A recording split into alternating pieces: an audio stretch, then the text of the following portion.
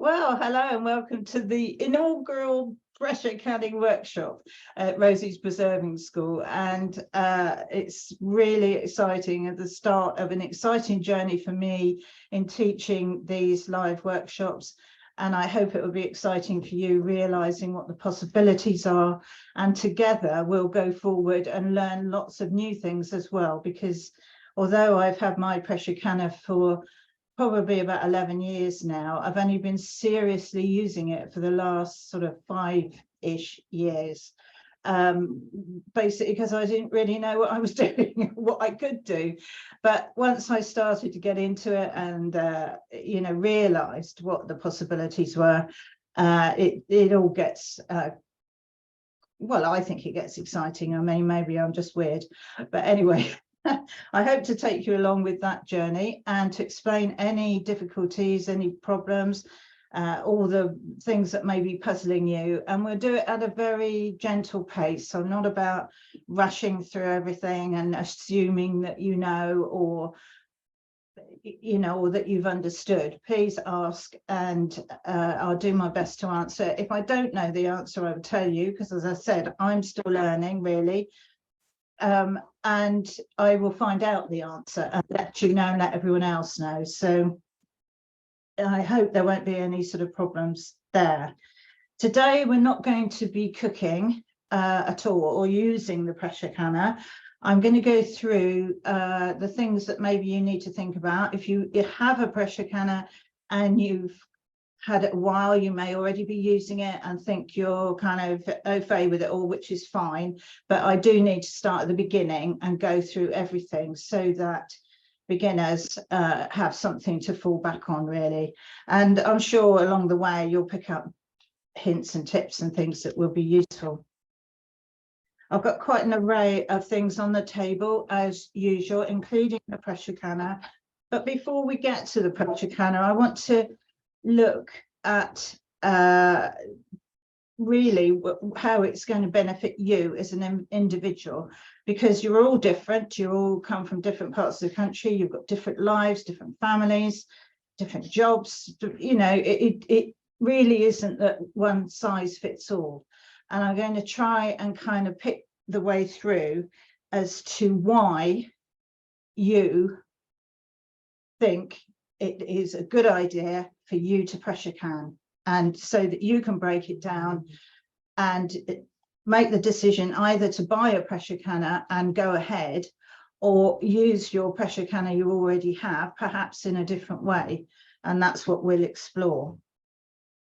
So why pressure can? Well, if you live in the UK, I think the answer increasingly, and this is really why I've very strongly started using my pressure canner as a routine part of my life, is because of the food issues in the UK, either of the quality of the food or of the scarcity of the food. Increasingly, the expense of the food costs are going up and up and up. So we really need to sort of step back from that.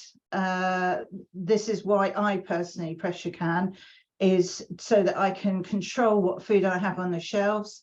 I can control the cost of it, because when you buy food to pressure can, that cost is sealed into the jar on that day. And whatever happens to the price, is the price goes up and up and up, then you still only paid that money at that time. And it's worth considering that, because this food may be in the jars for 1, 2 or more years, and over that time things can change significantly, as we found. So there's the cost element. If you grow your own food, or you have families that grow their own food, you might have a father, granddad, or brothers or sisters, or whoever has an allotment or a plot, and they have excess food. This is a very good way of preserving it. If you've got a source of really good quality meat, if you're a meat eater, from a farm, direct from a farm, go and talk to them and say, this is what I'm going to do. Can you help? Can I buy in at small bulk amounts. I don't think anyone wants to be overwhelmed with about 20 kilos of something, but if you can get sort of 5 kilos of prepared meat and that you can go and collect, you'll find that they will do you a very good price and you'll get very good quality. And mostly with pressure canning, you want to have fairly low fat ingredients. It's not that you can't have any fat, but you don't want too much, or there's no way of draining it off. It will stay in the jar, and it can become, the flavor can become sort of old, really, as the way I describe it, but a little bit is fine. So if you're buying mince, for instance, then go for the better quality steak mince. But if you're buying in bulk and going to collect it, you will get a better price and certainly better quality than you will from a supermarket. Buy online. There's lots of outlets that now supply online, and it's all delivered to you. So that's another saving. You aren't actually going in the car to go and get it, so that saves on the cost. I think it's a cost that a lot of people don't take into account. Most online companies, ourselves included, try and keep the courier charges to the absolute minimum. And nobody uses it as a profit center or anything like that. You charge it out at what you get charged, and so you can accurately calculate what that item is costing you with the carriage, and if that's cheaper for you to do that.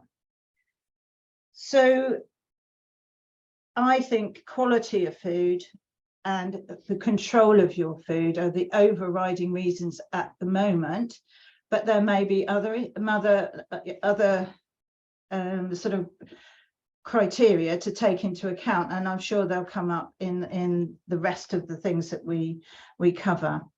It's not initially the cheapest thing to set up, but over time you are not paying energy costs to store your food.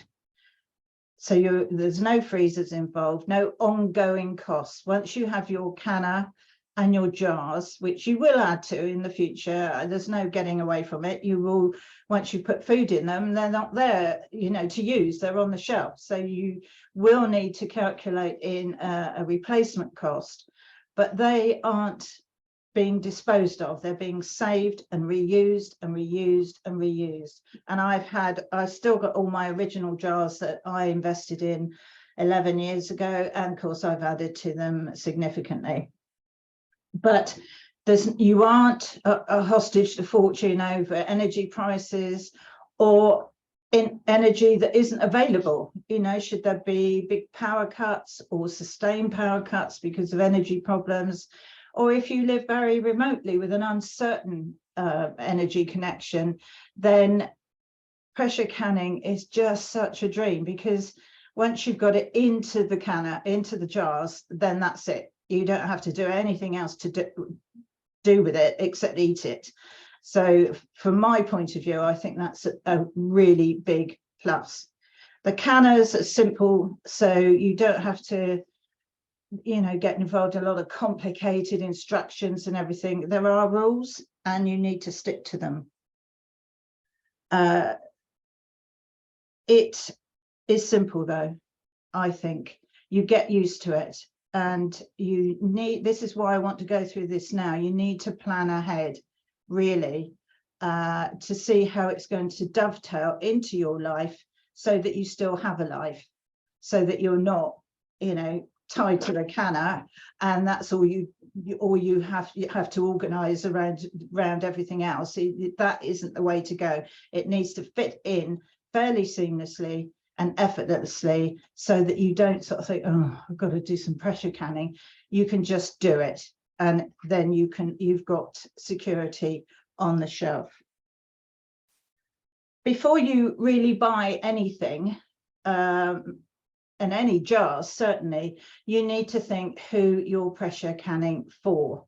You need to think about yourself, your family situation, your extended family, and what they need. And how do you eat? Do you all eat together? Do you eat separately? On the go? Do you take lunches to work? Does a family member need lunches? You might have a student that's backwards and forwards from uni that you could stock up with a few homemade items that sort of tide them over the bit when when the grants run out. You know, I've had all that, the phone calls of, I've only eaten pasta for a week, you know, because the money's run out. And so it's not just about sort of the here and now. You can think, you might have elderly relatives, parents who live nearby that you could give meals to once or twice a week that would really bolster their kind of energy intake, their interest. It would be interesting for them and nutritious, of course, and that's the bottom line, the nutrition.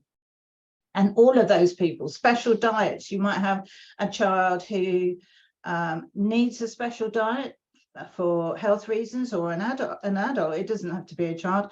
But then you get vegetarianism and veganism is more widespread now, but certainly when my teenagers were growing up, they're obviously got their own teenagers now, but they'd come home from school one day and all of a sudden they were vegetarians, you know, and you have to kind of, oh, how can I accommodate that, you know? So you can, I suggest that you sit down and do like a flow chart of who you think might benefit, and then also think, who can help me? You don't want to be the only person in your family circle, and if you do the flow chart, it will be a circle that does the pressure canning, and they all leave it to you, but they all benefit from it. They can all help, even quite young children can help with labeling and that kind of thing. Get them involved so that they know when the food appears really swiftly in front of them every day, what's been involved in that happening. If you're bulk cooking by buying bulk quantities of meat or you know, vegetables and things like that, then there's going to be prep involved, and there's, you know, all that kind of thing. Get as many people involved as you possibly can, and it then makes the work actually quite a fun occasion. Even the grandparents, you know, can help with prepping the food, slicing, chopping up vegetables, that kind of thing. I think it's really, really important that you don't become a slave to it or a martyr to it. You know, if everyone's benefiting, then, and it will stand them in good stead as they get older to go out in the world with the knowledge that this exists and they can do it as well. So what do you pressure can? I'll start again with my perspective, and I'm actually writing a book at the moment, a recipe book, which isn't recipes of detail. It's, if you pressure can this, what can you then do with it? And that is my approach. I don't like, or it doesn't suit my lifestyle, which is really, really hectic, to have meals in a jar. I find it too constricting and not flexible enough. What I want is convenience. So I pressure can things that can then be very easily made into other things. So I come in from work, I might take a jar of my basic mince mix off of the shelf, and it could quickly turn into a cottage pie, a curry or chili, or with pastas, bolognese, in taco shells, you know, all these things. You aren't coming in thinking, oh, we'll have beef stew again. You know, take that off the shelf and you very sort of get into a habit of having the same thing on the same day. And if you I just am approaching it from basic base mixes that then are very, very versatile. And I've found over 2 or 3 years now, that's how it works for me. Even through to fruit, you know, we used to call it bottling, didn't we? Or at least my family did when we were young. You know, you'd have bottled apples and bottled pears and things like that. But they're now, we tend now to call them canned foods, and they can, in terms of fruit, they can be water bathed or pressure canned, but I tend to pressure can them. They don't have to be done for very long or at a very high pressure, so you know they're quite quick to do.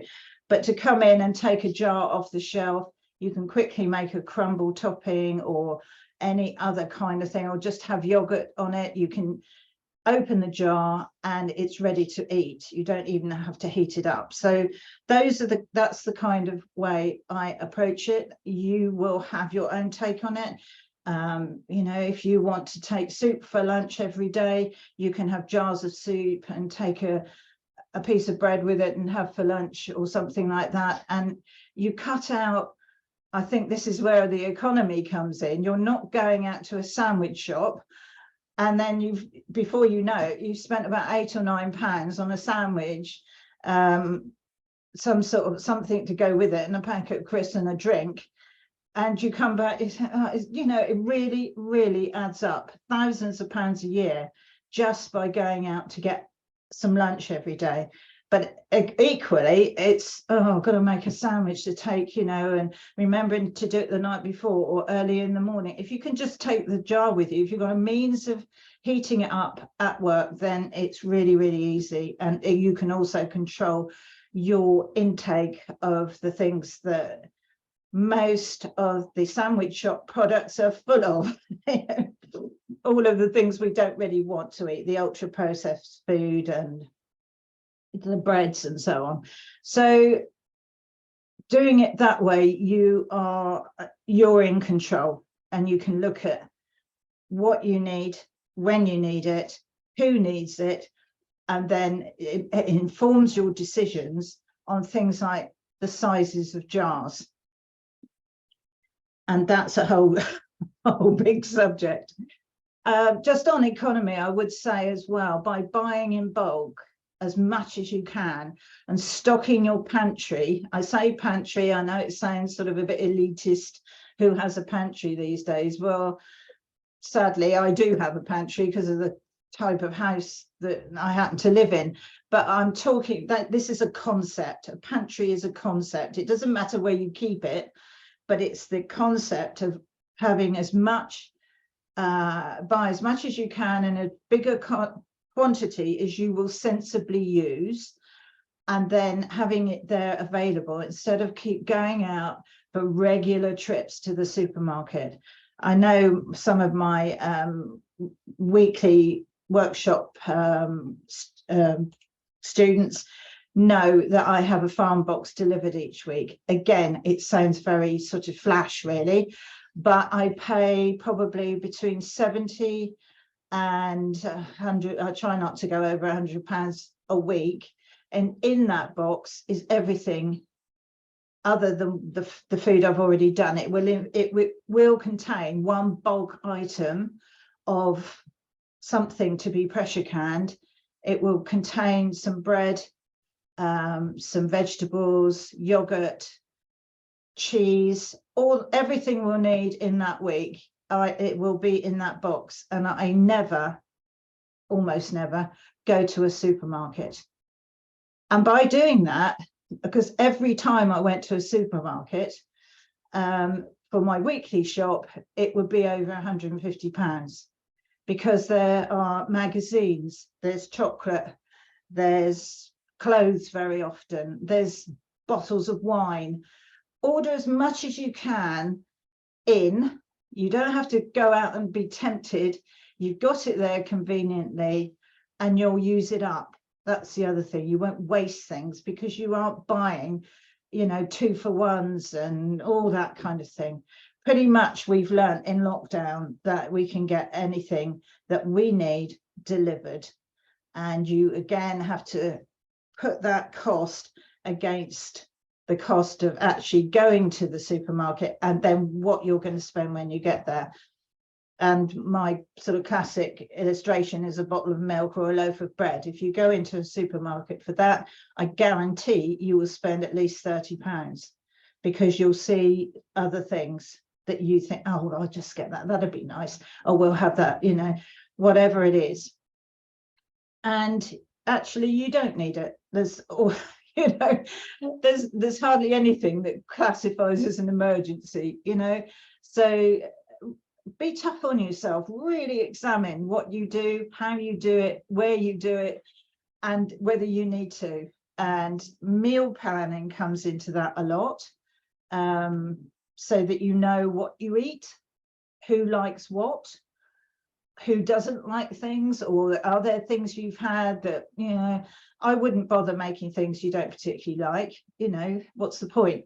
And make things you enjoy. And if you've got a special diet to accommodate, you can very often make the same thing with the same ingredients in a different way, but you'll be making a big batch. So you can then, every time somebody needs a special meal, it's there ready and waiting. So look at your costs, look at what it costs you to buy your lunch every day, a snack, you know, the classic going in to get fuel in the garage, you know, you come out with goodness knows what. Just be really tough on yourself. And I was heard muttering to myself the other day when I had to get something for the Wednesday night class, and I thought, just buy that, just buy what it was. I was sort of going through in my head, don't look at anything else, just buy what you need. And I did, and I came out with one thing which you get sort of looked at a bit strangely for. But anyway, I don't care about that. The other thing is to grow as much as you can. And I'm not talking about, you know, digging up your front lawn or whatever. Growing doesn't have to be done by you, but try and involve yourself with people that do grow stuff, because they always grow too much and they've always got spare. And they'll be only too pleased if you can process it into something. You can pay them for it, or you can pay them in kind with some jars of preserves, or go and help them do some weeding or something one day. But try and align yourself with where there is food available, you know, farm gates, people who have loads of apples outside their gates in the right season, you know, please help yourself. Do help yourself. We're only too pleased for them to be used. We've done as much as we can. So, you know, there might be elderly people nearby who have a garden. They'd only be too pleased if you went and grew some things in it, if you haven't got enough space for yourself, or you want to keep the back lawn for your boys to play football on or something. All valid reasons, but there are other ways of kind of going forward. And buddy up, you know, get a friend. If you're going to grow things, you say, well, I'll grow the tomatoes, you grow the beans. Don't all buy separate packets of seeds that never all get used, unless you're a, you know, market gardener or something with a big plot. There's always ways. So you concentrate, decide what you're going to grow and specialize, learn about it. If you've never grown anything before, it's the most exciting thing to go and pick your first tomatoes. They don't have to be grown in a greenhouse. There's all sorts of outdoor varieties, and you will get kilos. If you just grew 6 plants in the garden in a flower bed, you will get kilos and kilos of fruit, and then you can make it all into passata and enjoy it all year long. You know, but don't try and go and do everything at once. Just do one thing at a time, or a couple of things. You know, 3 runner beans seeds in a pot on your outside your back door with 3 canes. You'll have enough runner beans to feed you fresh all summer, and you will also have a few that you can pressure can. So I think this is the time, and especially this time of year, to really examine everything and decide on what you're going to change. You may not need to change anything, but just be mindful. I think it's an overused phrase these days, but be mindful of where you're going, why you're doing it, and focus. You know, you could save up all the money that you save. You probably have enough to go on a holiday or something, you know, a few days out, which would be more fun than handing it over to, you know, Sainsbury's or somebody, or Aldi. Other supermarkets are available, of course. So when should you pressure can? You know, when do you do it? Well, for me, I kind of identify what I want to pressure can, and then order it to be delivered because of the farm box when I know I'm going to have time to deal with it. There's no point ordering it all in, and then you'll you know, it's your grandma's golden wedding party weekend or something. Just decide what you need, find it, buy it, and then you can pressure can and clear the decks. Give yourself enough time, especially if you're starting out. You'll need enough time to cope with the pressure canner and all of that going on in your head, and also prepping. There's not a lot of prep to do, but you do need to think about it, and you do need to follow the rules. I'm not going to give you any shortcuts of how to get around using certain things or certain jars, or cutting costs that I feel leave you vulnerable.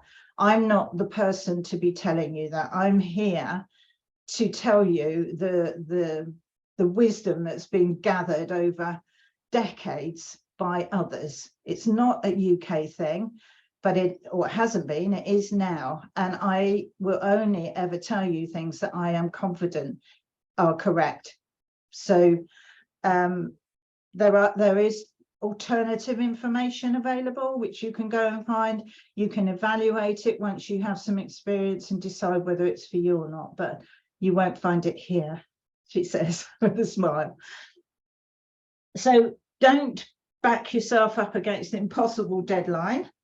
Get other people involved so that it's all quite jolly and quite fun. You can catch up with the kids who are home from uni, what they've been doing, or your teenagers at home, or your parents, or whatever. Get people involved. It's a good time to sort of, you know, just have some time together, if they live close enough. But if not, then, you know, try and do the canning with other occupants of your household, your immediate household, again, so that they realize what's involved in the meal appearing in front of them.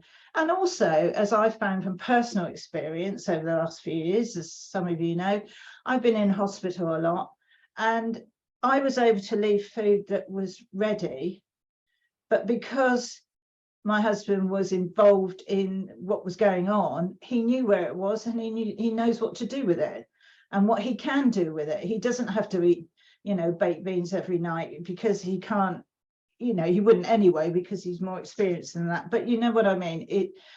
He will think he's got more options. Because a couple of times I've been off to a clinic visit and been kept in, you know, admitted that we didn't know was happening. It's all very well when you're prepared for something, but when you're not, then it's important that the people in the household know where the food is, because you might actually not have it in the kitchen, and what they can do with it safely as well, what they should do with it. Which brings me to where should you pressure can? So most people assume that they will need to pressure can on their existing hob in their kitchen. And probably, of the questions that we get at Love Jars, that is by far the most frequent one, is about hobs and induction hobs and ceramic hobs and all this kind of thing. Most of the manufacturers of the hobs have information now on whether or not your hob can be used for pressure canning, or for the type, because it's an aluminium pan. Obviously, there is an induction version now, which is quite widely available and is much more reliable. It is reliable. There's no more, much more.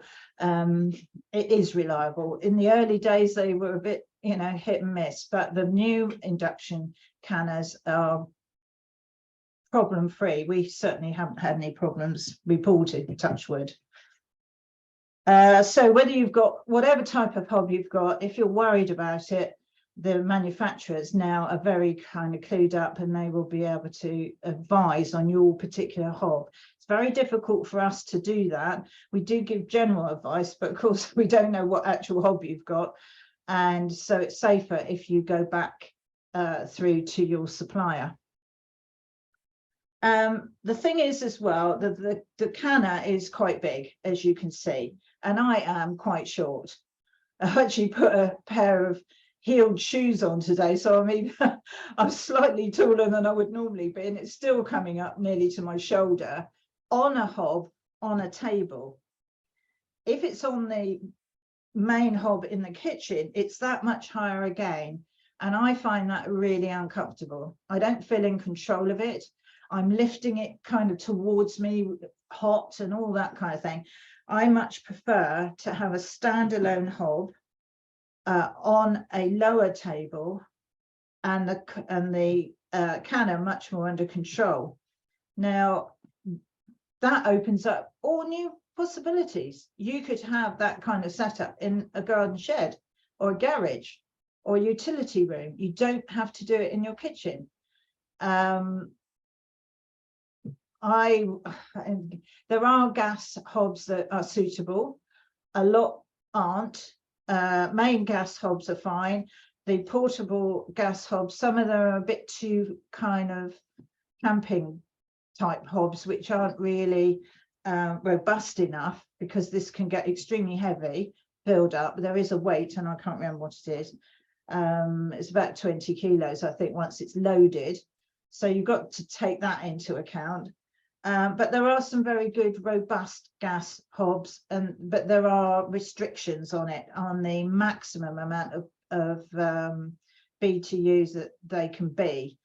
If you bought a Presto canner, which this one is, you will have a little handbook with it, which is packed with really good information and advice.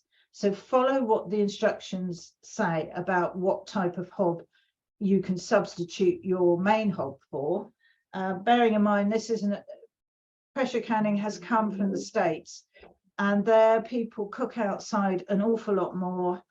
They have big gas hobs for sort of events or family gatherings and that kind of thing, and sometimes they're too strong. The actual gas output is too much. So there are specific instructions in this little book, so follow those, but none of it is anything to worry about. It's all very straightforward, but I personally like this kind of setup. I've got it on the hob here. You can just see it around here, just sort of sticking out. It's an electric plate. I've got it centrally placed. It overhangs the plate there, but I don't find that's a problem. It you know, heats up fine. So that's another thing to consider. Of course, unless you've got a hob, that's another expense. It might be something you aspire to, and a lot of people prefer to do that than maybe scratch the surface of their main hob. I'm not saying it's rough, but you know, if you go to pick it up and you end up dragging it a bit, you know, I'm only saying what people have reported. So I think that's the main things on all the headings, except also you can, if you wanted to, because the pressure canner is, you know, it's just a big old pot. You could, if you've got some friends and you wanted to do a big pressure canning day and share out what you've done, you could go to the local village hall or somewhere and use the bigger kitchens, the bigger hobs there, and sort of make use of the space. You know, there's all sorts of things that you can do. And then, of course, the other thing to think about is once you've got the jars filled, where you're going to keep them, because they need to be ideally on a single layer, not stacked one on top of each other, and they need to be not overheated, not frosty, you know, not too cold, and not too bright sunshine. So that might be under your spare beds in plastic boxes. You might be lucky enough to have some shelves made, or to buy some shelves from, you know, the stores like IKEA or somewhere like that, and have somewhere to put them. But you'll probably, like most people, end up with them dotted all over the place. And then it comes down to making a list of what you've got and where it is, because you don't want to come in sort of going around searching. You know, kids have already gone to bed and you're going to wake them up trying to find out what's stored under their bed for dinner. So just give that some thought as well, because it becomes a significant thing. The more you do, the more you're going to store, and then you don't want to run out of room. Try and identify some space before you start, because you don't want to end up with it all on the table and thinking, well, I don't know where to put it. So let's have a look at what I've got on the table, because I think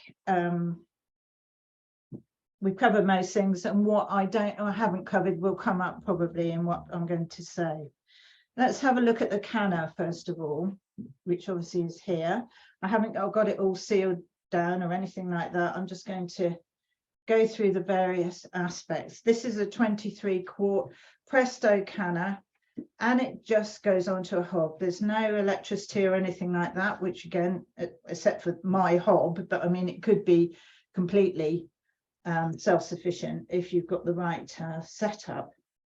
It's just a big empty box, as you can see, aluminium, and it's got a tray in the bottom. Now mine is all marked from the water that's been in it. I thought about opening a new one and showing you, but I thought it was more use so that you can see when you get marks on it and that kind of thing. It's fine, that's what happens.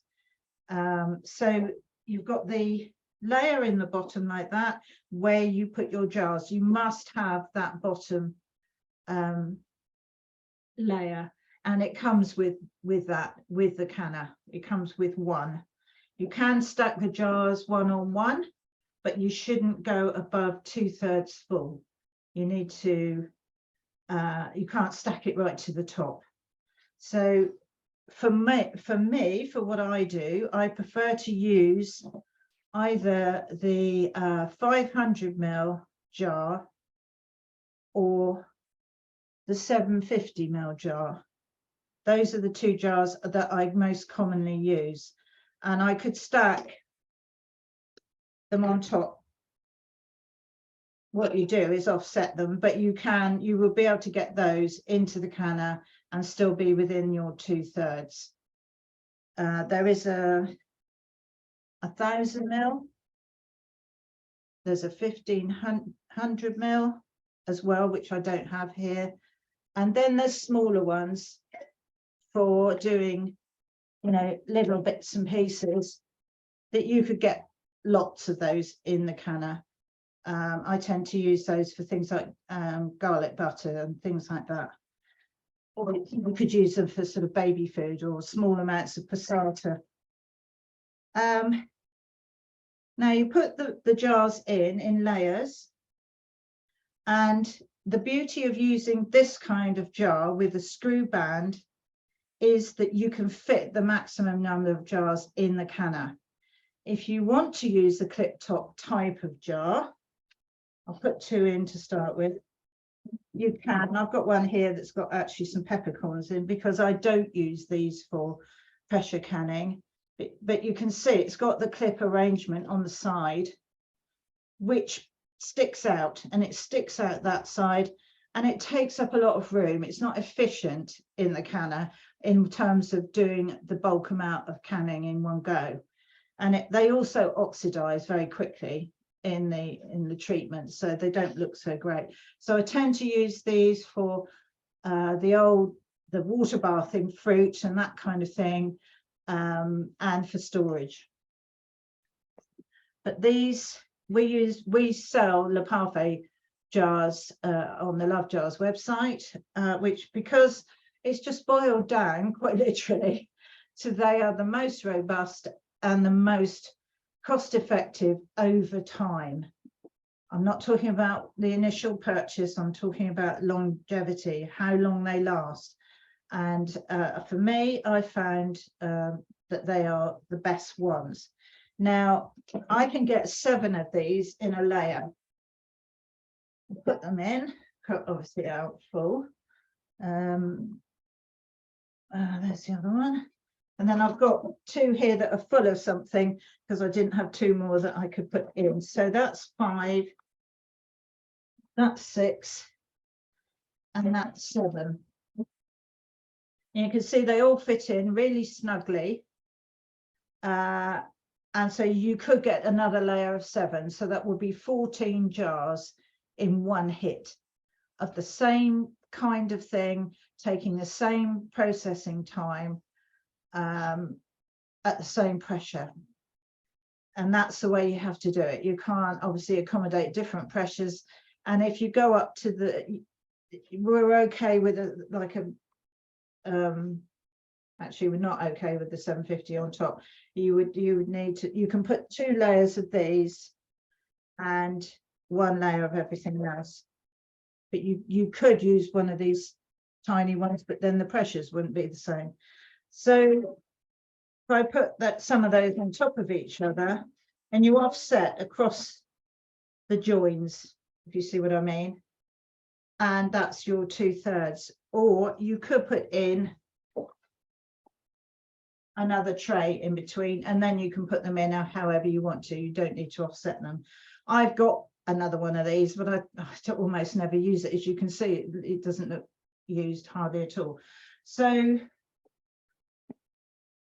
I tend to do everything, and there's some plain chicken in there, you can see, already done. And then that's enough for just us two. I've got some runner beans in this one, and the comes up quite a lot higher in the jar than the chicken, and that's enough for us for one meal. If I've got more people to feed, then I use 2 jars or whatever I need.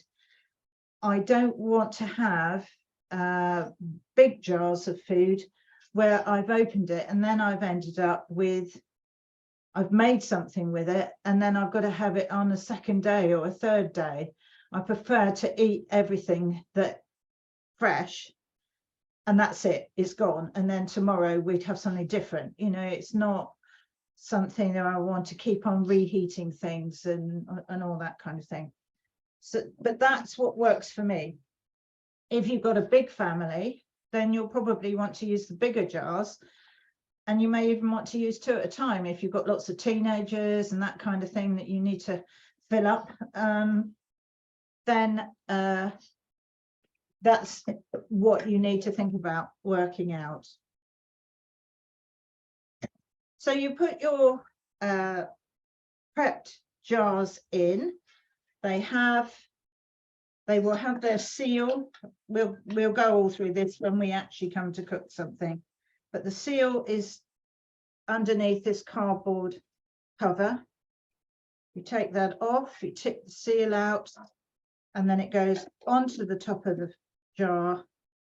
And then you put, in Le Parfait's case, it's an actual lid, a screw lid, which covers the seal, which is handy if you do have an open jar in the fridge. You can put that lid back on, but then you don't store them with the lids on.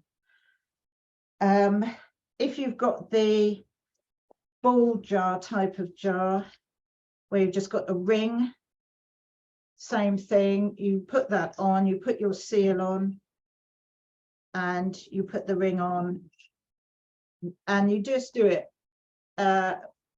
finger tight till it's just catching. It's to hold the seal in place while it's processing, and then when you take them out at the end of the processing, you tighten the seal as much as you can and leave it for 24 hours to cool and settle. Then you take the bands off, whether you've got the lid or a ring, and you check to see whether your jars are sealed or not.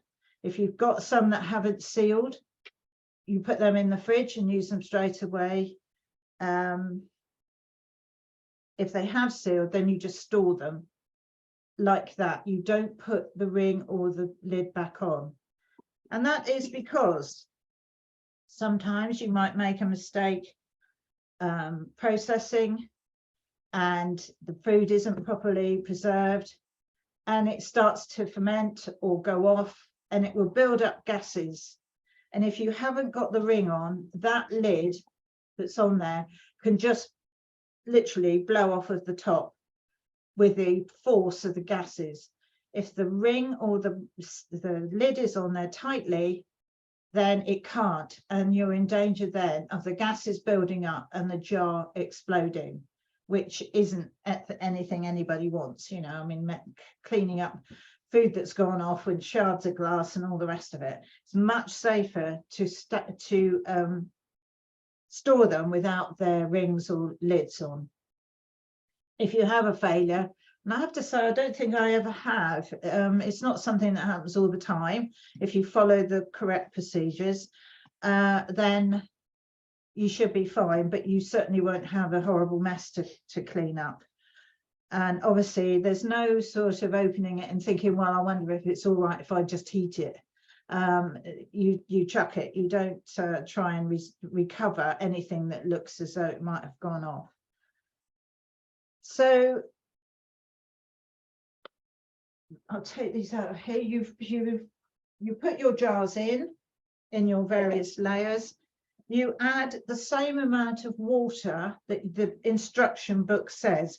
It never varies. You don't put less water if you haven't got as many jars or it isn't quite full up or anything like that. You put, it's 3 litres, which is about 6.5 pints of water in the canner, and put the jars in. And it doesn't matter if they're not in the water. The second layer won't be in the water if you've got 2 layers, and that's how you fill it. If you're hot packing, if you've got hot contents in your jars, the jars need to be warm when you fill them and then sealed, and the water in the canner needs to be hot.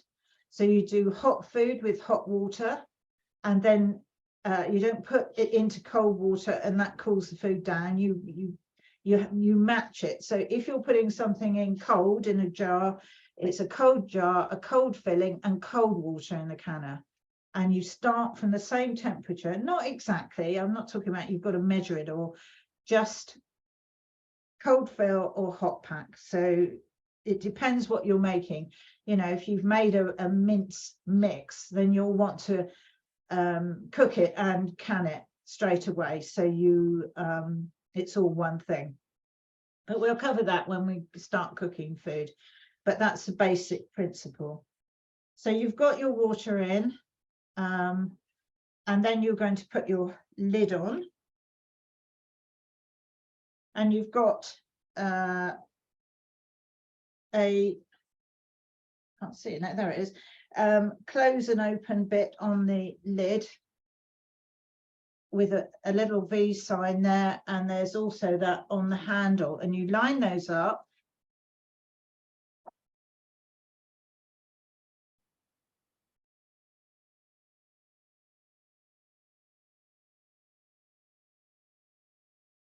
Like that, the V's line up on the handle and the lid, and then you squeeze it together so that the handles line up, and the canner is then sealed. I'll turn it round because then you can see the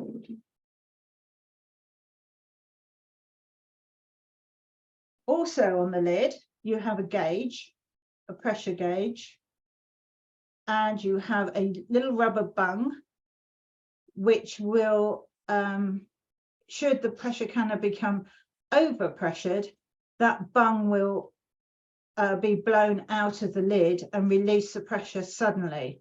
It's not something I've ever experienced or even seen in a video or anything. Other things happen before that to alert you to the fact that there's something wrong. So it is a fail safe and it's there, and I've never heard of a pressure canner exploding. Now, when I bought my canner, I left it in the corner in the kitchen in the box for about 6 weeks. I was too scared to open it and have to deal with it, you know. The first time I used it was terrifying, I have to say, and I do understand people who are terrified of the whole thing, because when it's going, it's hissing and it's steaming and you say, oh my goodness, but you relax into it. You soon learn what the signs are. So also on the top, you've got an airlock valve, and that seals the canner. I'll take this off again and show you what I'm talking about. These all come as bits in when you buy one, and you have to attach them. So it's got top written on it, Don't know if you can see that on there, that thing. And as the pressure builds up in the canner, that gets pushed up by the pressure, and then it seals and locks the canner, so you can't physically open it if it's up to pressure. So there's no danger that you or anyone else would be able to open the canner with that seal up.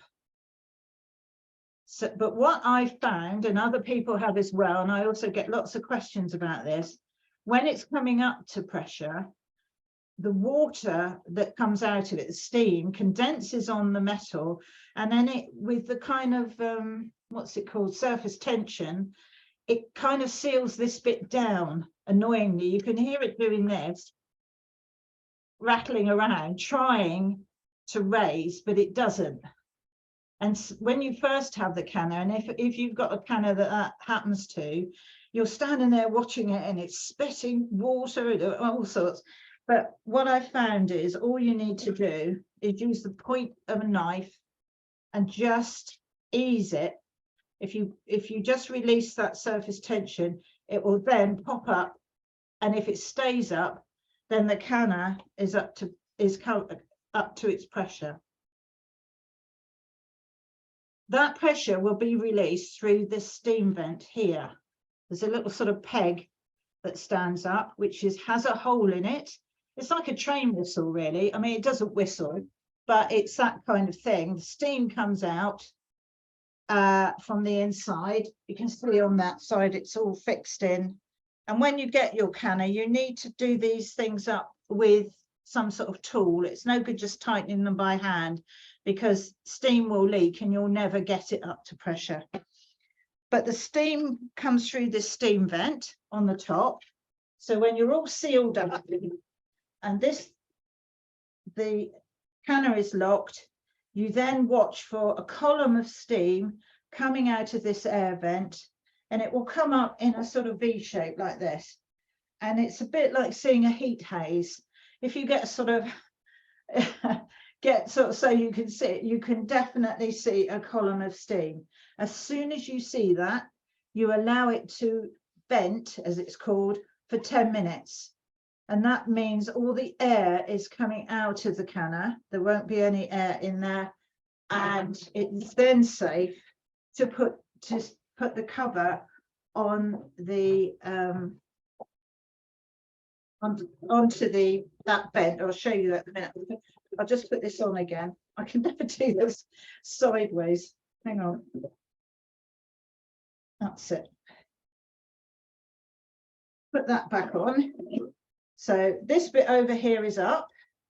It will gather condensation around it, and you just need to sort of wipe it. I usually have a folded tea towel, folded right up, so it's nice and thick, because it will be steamy, so you don't want to burn yourself. And I just usually wipe it with a tea towel and just keep it clear of water. Keep that central. And then on here, once you've seen your column of steam for 10 minutes coming out, you've got a vent cover, which is like a big button like this. And that goes on there, which then closes that vent. And then the pressure will be displayed on your gauge up here.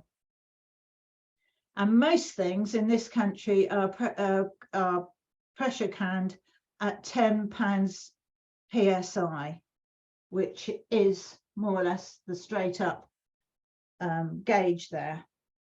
Some things like fruit are done at 5, and you regulate the processing time. So you regulate the cooking time by how long you process for. So meat will be done at like 70 to 75 minutes, vegetables at 30 minutes, that kind of thing. Each recipe has its own matrix for the pressure that you pressure can at, and the amount of time. So you do need always to refer to a book, and I'll come to those in a bit. So you've got your vent cover on, you've got it up to pressure, then you have to maintain that pressure.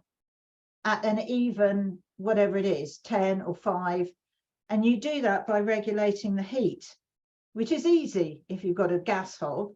It's a bit of a nightmare if you have an electric hob, because you have to guess when it's going to get up to 10 and kind of turn it down before it gets there, because you can't adjust it quickly enough.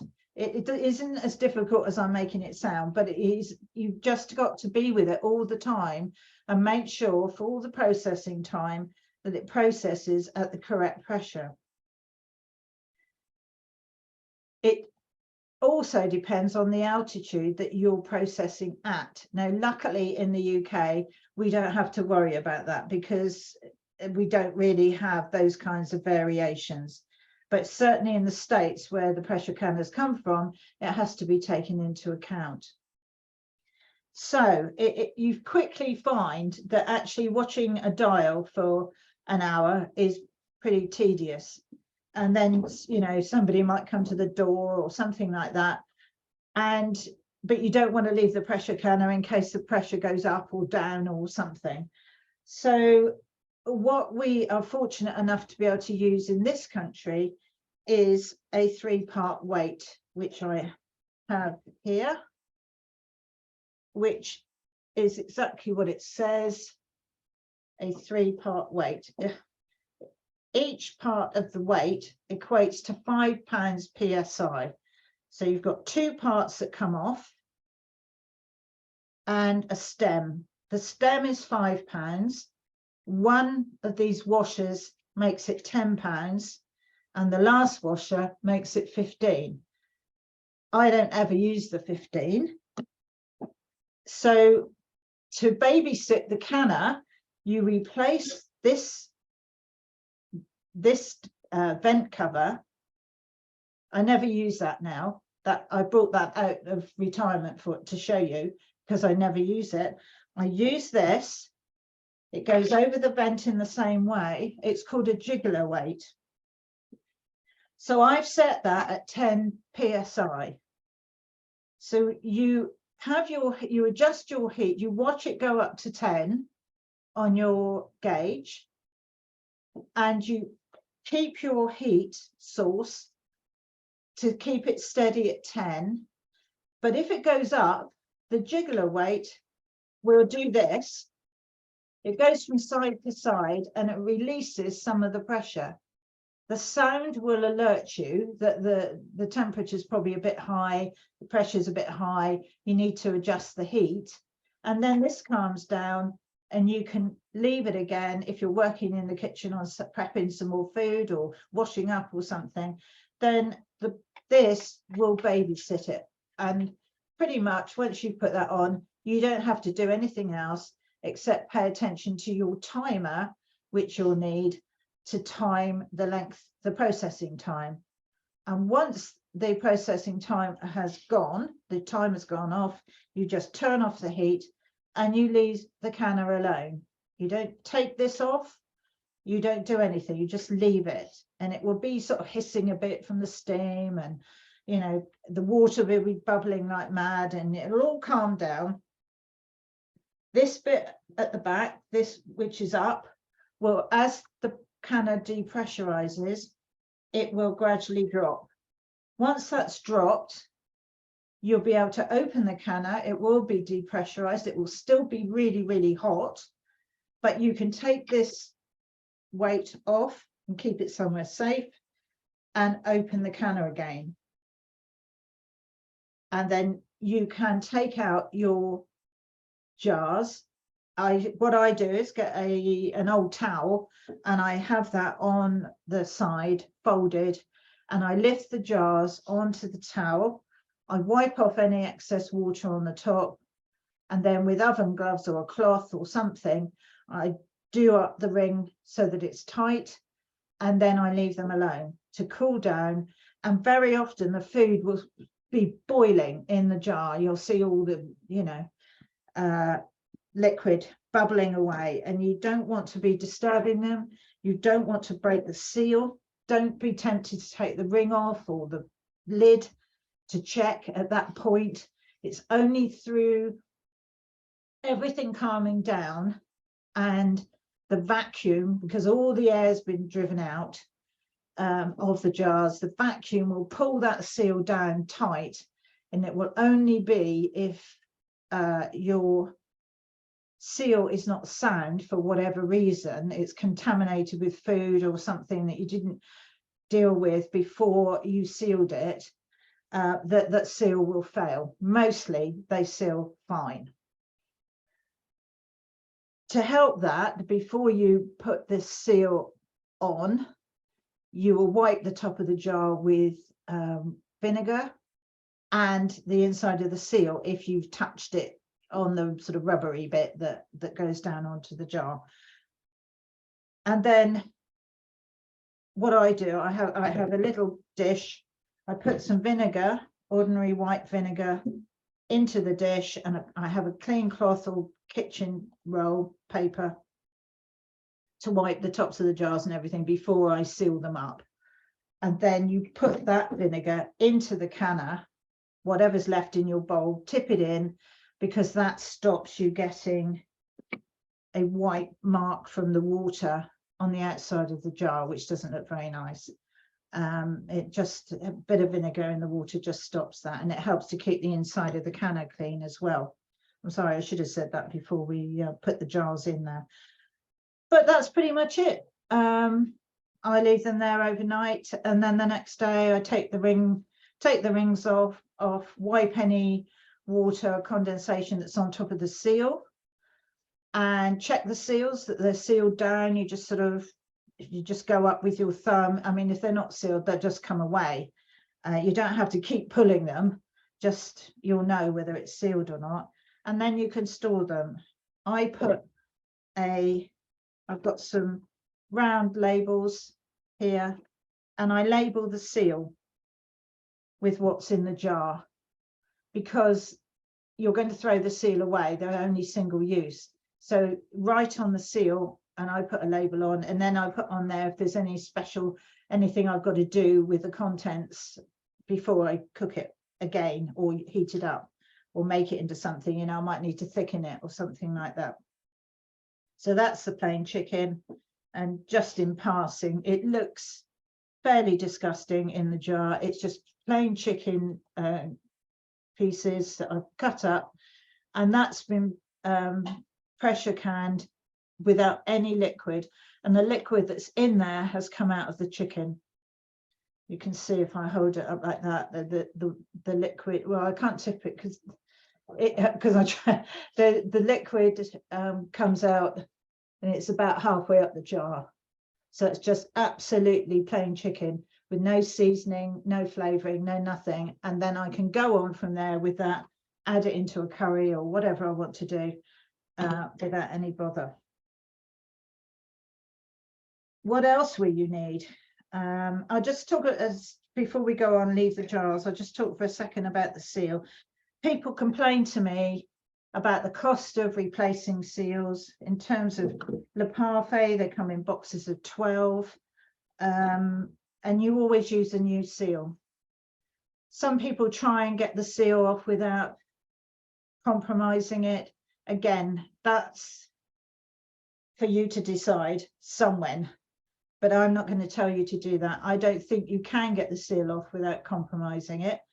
There are various things that you can, Le Parfait do like a big bottle opener really that sort of levers them off, but I tend to use the edge of a spoon, to be honest, or anything like that, that just levers it off and breaks the vacuum. Part of the reason I like Le Parfait jars is because of these seals. If I just bend that, or try to, you can see it doesn't go anywhere. Very, very tough. It's got a button here, but you're not trying to get that to depress or anything like that. It just goes on, and there won't be anything visible about it that will tell you it's sealed on the jar. You have to just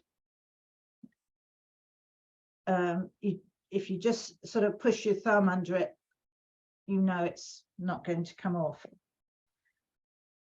If I go to Kilner jars, they're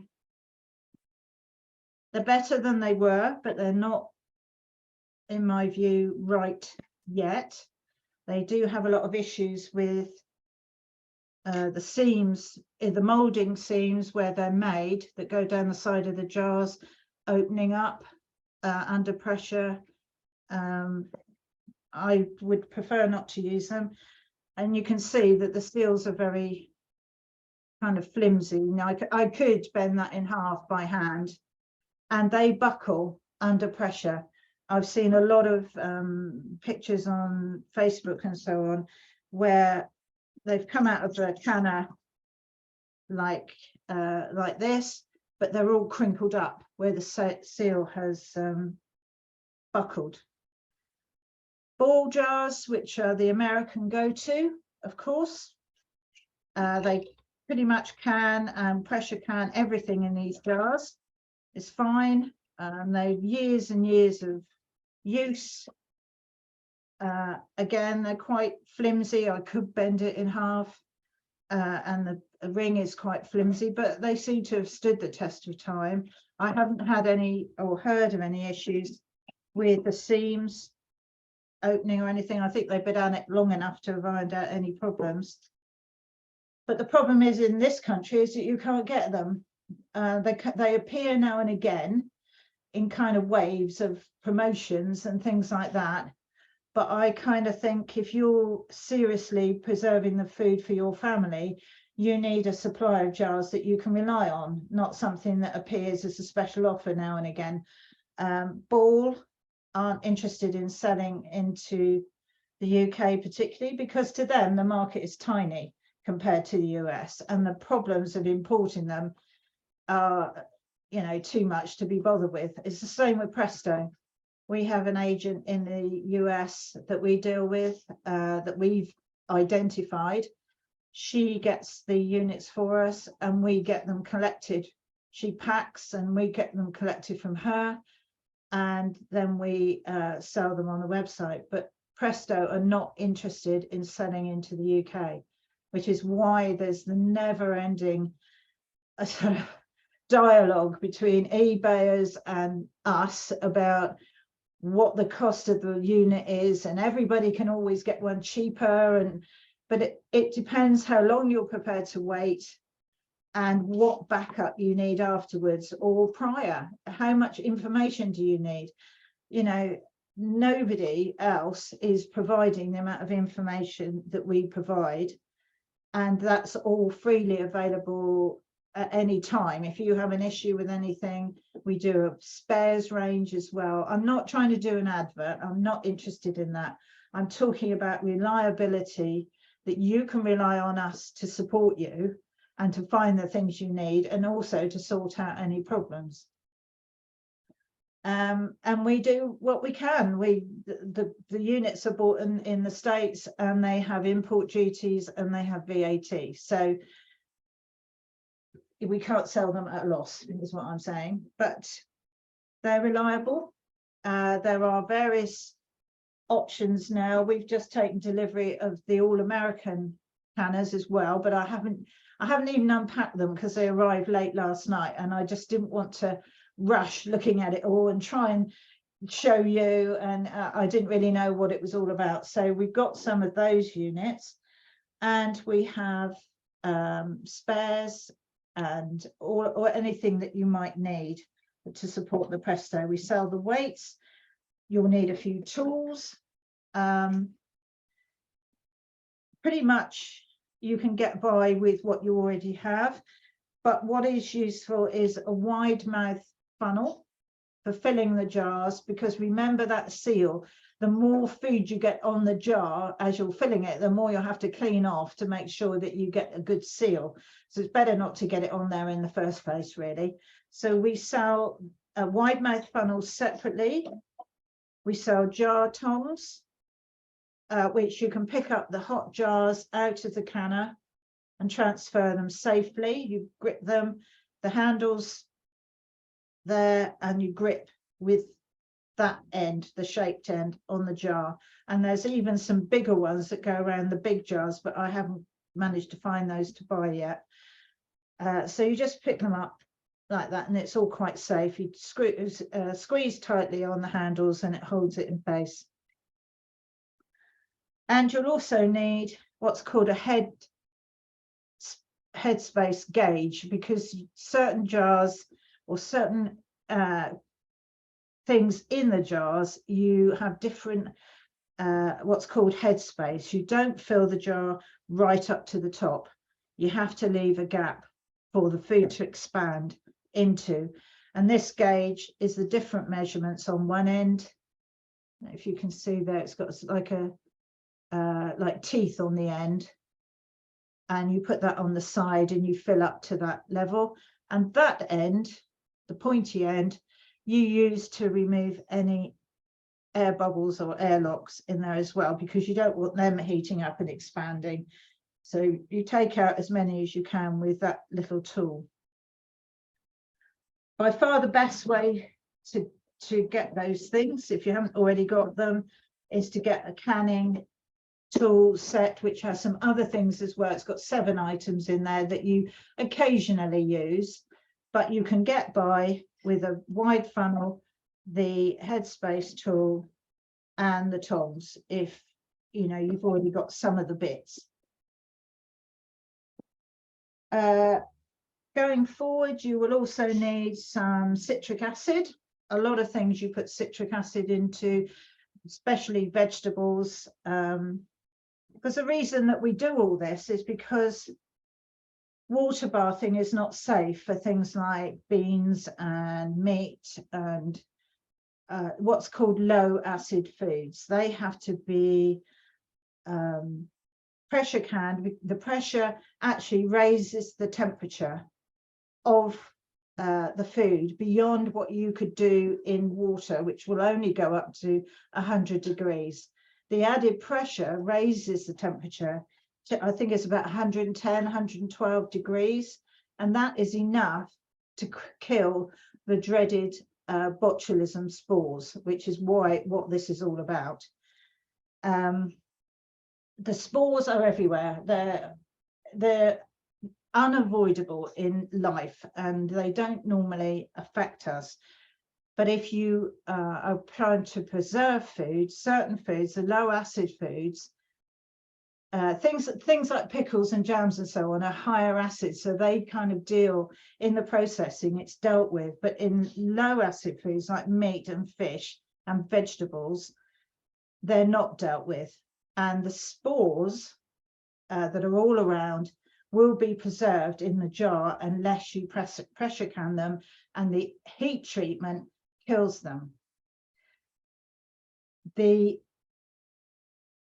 spores give rise to the botulism toxin if they're not killed, but the botulism toxin thrives in an anaerobic atmosphere, i.e. an atmosphere without any oxygen. So you've got to, this is what I mean about playing by the rules. You need to just follow the instructions and just do it, and then you know your food is safe. There are arguments that you can water bath it and then cook it for 10 minutes, and that will kill them. But you don't always want to cook what's in the jar again. You might want to eat your fruit with some yogurt. You don't want to cook it for 10 minutes. I'd much rather process it for the right amount of time and know it's safe to eat in any form. So the water bathing as well, it takes, I think, 3 hours to water bath something like meat, and I just wouldn't want to stand there for 3 hours filling the pan up with water while all that happened. I'm afraid that's just, I don't know, I don't see the benefit, but other than you don't have to buy a pressure canner. So I've gone through quite a lot there. The last thing I would sort of like to say is about books. I work to a recipe book. I don't always follow the recipe to the letter, but I find an equivalent. The only books available are all American, naturally enough, at the moment. is so there's various ones. I suggest that you get a book, and when you're making anything, refer to the pressure it's got to be processed at and the length of time. You won't remember all the combinations, and I don't think it's safe for you to try to remember. I never have. I refer to a book that has been written by people who have tested the recipes and had the food tested once it's been made. And then, you know, you don't want to have to worry about all that, as well as all the other things you need to be doing. So the Ball book is very good, but it is a combined canning and pressure canning. So there's a lot of recipes for pickles and jams and that kind of thing. And at the back of the book, there's some very good recipes and information on pressure canning, but it's not the major part of the book. You can see all of these books are well used by me. There's bits of paper and post-it notes and goodness knows what poking out of them. The one I mainly use is by Diane Devereaux, who is known as the Canning Diva. And she has a website, she's got Facebook, Instagram, all of that sort of thing, plus a very good basic book, which is Complete Butt Guide to Pressure Canning. And I say basic book, she's got other books as well, but this is the one I find just sort of easiest to flick through and think, oh yes, I'm going to be doing that. And again, you can see it's all full of notes and bits of paper. It's a good reference to go by, and there's lots of tables of timings and pressures and so on. And you can get that quite easily, you know, from the well-known stores. Don't be put off by the fact the measurements are in, well, some of them are in imperial and some of them are in cups and quarts and that kind of thing. You'll soon get used to what means what. And in jar size, this is the pint size jar, and the litre jar is the quart size jar, and that equates to the ball jars that are most often used, and you soon learn which is which jar. I've got another one which is Canning and Preserving for Beginners, 101 Easy and Traditional Recipes, which is quite a sort of modern take on it. It's got some nice recipes in there which are just a little bit different, and I'm kind of quite warming to that. But I'm adapting all of these into my basic mix and what to do with it, which hasn't really been done, I don't think, by people, which I hope will prove useful. Oh, I haven't mentioned the clear gel. Actually, you can't thicken things with normal flour or corn flour thickeners like that. They will separate under the pressure and it all comes out very gloopy and lumpy, and it's not very nice at all. So you don't add thickening when you're processing. You add it either when you're serving it, you're preparing it to be served, you know, you thicken the gravies or pie fillings, that kind of thing. Or there is a modified starch called clear gel, which you can use under pressure. And you can mix it cold, you can mix it hot, and it's stable and it will stay thick.